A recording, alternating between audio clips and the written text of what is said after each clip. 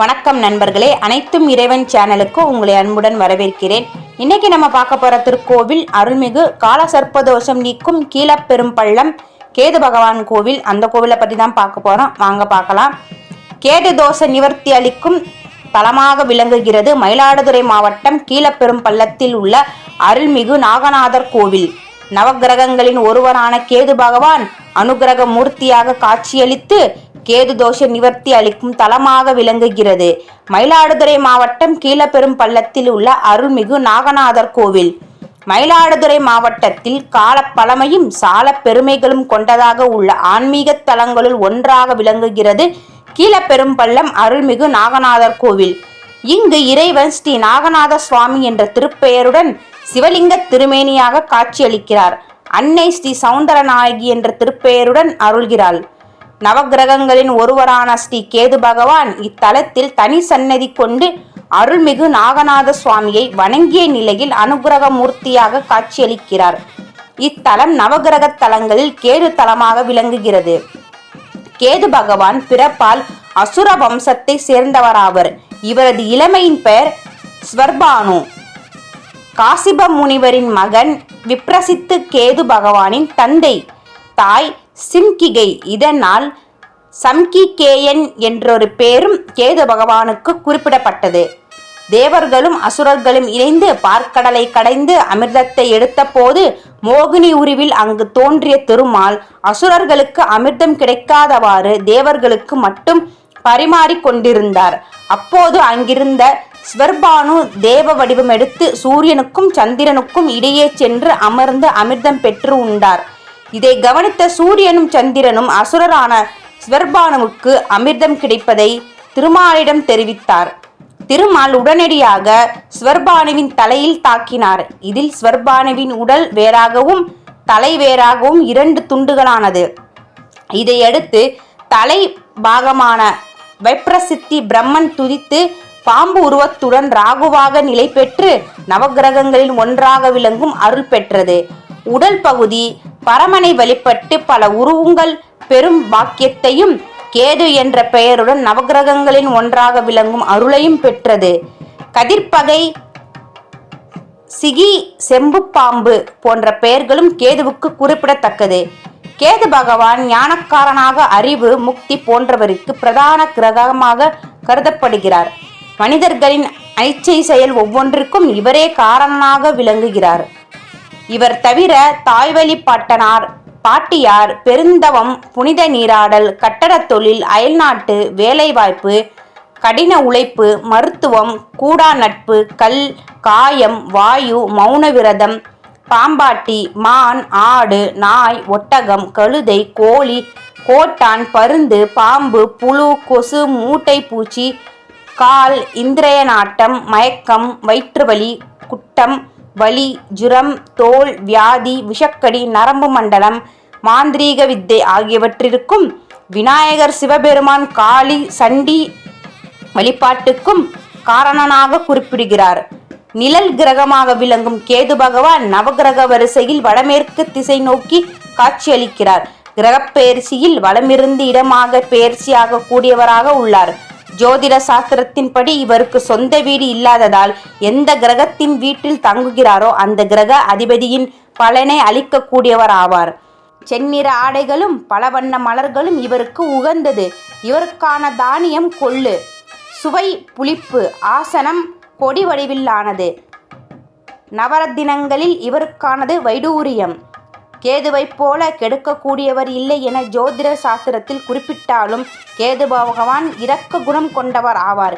இவரை வழிபடுவோருக்கு சொர்ண லாபம் கிடைக்கும். மந்திரமலையை மத்தாகவும் வாசுகி பாம்பை கயிறாகவும் கொண்டு தேவர்களும் அசுரர்களும் இணைந்து பார்க்கடலை கடைந்த போது வழி பொறுக்காத வாசுகி பாம்பு நஞ்சை கக்கியது. அந்த கொடிய ஆழகால விஷத்தை கண்டு தேவர்களும் அசுரர்களும் அஞ்சி நடுங்கி சிவபெருமானை வேண்டினர். இதையடுத்து சிவபெருமான் வாசுகி பாம்பு கக்கிய நஞ்சை எடுத்து உண்டார். அப்போது உமையன்னை பார்வதி தேவி நஞ்சு உள்ளே போகாதவாறு தடுக்க அந்த நஞ்சு சிவபெருமானின் கண்டத்தில் தங்கியது.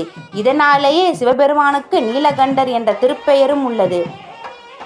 மிகுந்த சிரமத்துடன் பார்க்கடலை கடைந்தும் தங்களுக்கு அமிர்தம் கிடைக்காததால் விரக்தி அடைந்த அசுரர்கள் வாசுகி பாம்பை பந்து போல சுருட்டி வீசி எறிந்தனர்.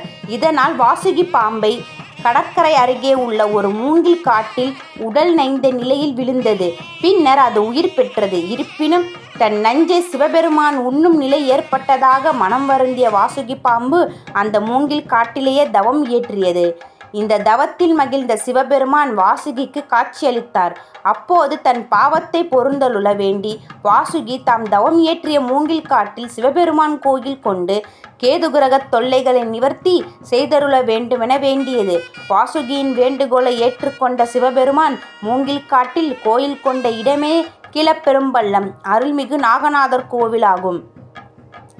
வாசுகி அளித்த வரத்தின்படி கேது தோஷ நிவர்த்தி அளிக்கும் மூர்த்தியாக ஸ்ரீ நாகநாதர் கிழக்கு திசை நோக்கி காட்சியளிக்கிறாள். அம்பாள் அருள்மிகு சௌந்தரநாயகி தென் திசை நோக்கி தனி சன்னதியில் காட்சியளிக்கிறாள். ஸ்ரீ கேது பகவான் சிவபெருமானை நோக்கி கரம் கூப்பிய நிலையில் மேற்கு திசை நோக்கி அனுகிரக மூர்த்தியாக காட்சியளிக்கிறார். கோயிலின் மேற்கு பிரகாரத்தில் ஸ்ரீ விநாயகர், வள்ளி, தேவசேனா சமேதராக ஸ்ரீ சுப்பிரமணியர், துர்க்கை, ஸ்ரீ லக்ஷ்மி, ஸ்ரீ நாராயணர், மகேஸ்வரி, கஜலட்சுமி ஆகியோர் கிழக்கு நோக்கி காட்சியளிக்கின்றனர்.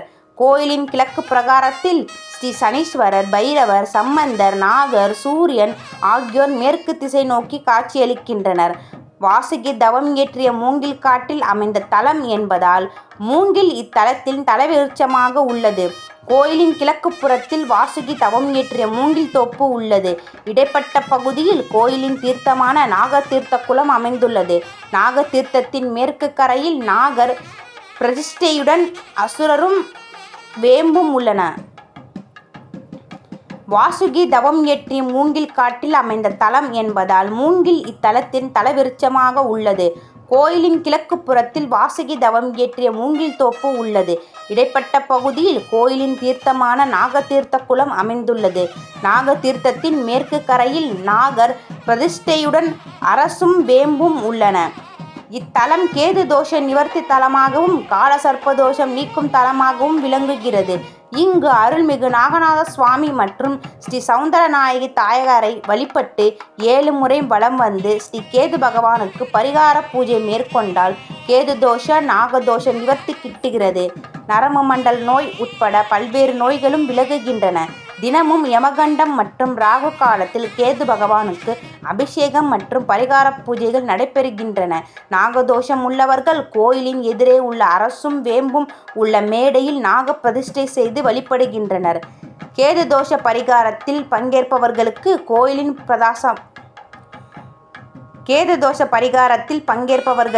கோயிலின் பிரசாதமாக விபூதி குங்குமத்துடன் உலர்பொடி ஒன்று வழங்கப்படுகிறது.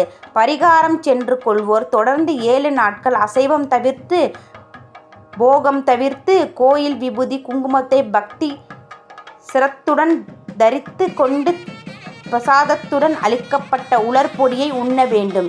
7ஆம் நாளில் நிறைவில் அருகில் உள்ள விநாயகர் கோயிலுக்கு சென்று நெய் தீபம் ஏற்றி வழிபட்டு தேங்காய் உடைத்து வழிபாட்டை நிறைவு செய்தால் கேது தோஷ பரிகாரம் நிவர்த்தியாகும். இத்திருக்கோயில் இந்து சமய அறநிலைத்துறை கட்டுப்பாட்டில் உள்ளது. வணக்க நண்பர்களே, இன்று நாம் கீழ்பெரும்பள்ளம் நாகநாத சுவாமி திருக்கோயில் கேது ஸ்தலம் இன்றைக்கி நம்ம பார்த்துருக்கோம். வீடியோ பொறுமையாக பார்த்ததுக்கு மிக்க நன்றி. வீடியோ எல்லாருக்குமே ஷேர் பண்ணுங்கள். கோயிலுக்கு வர முடியாதவங்க இதன் மூலமாக இந்த ஸ்தலம் பார்க்கட்டும். வேறொரு கோயிலோட நம்ம மீண்டும் சந்திப்போம். சேனல் சப்ஸ்கிரைப் பண்ணுங்கள். வாழ்த்துக்கள். நன்றி. வணக்கம்.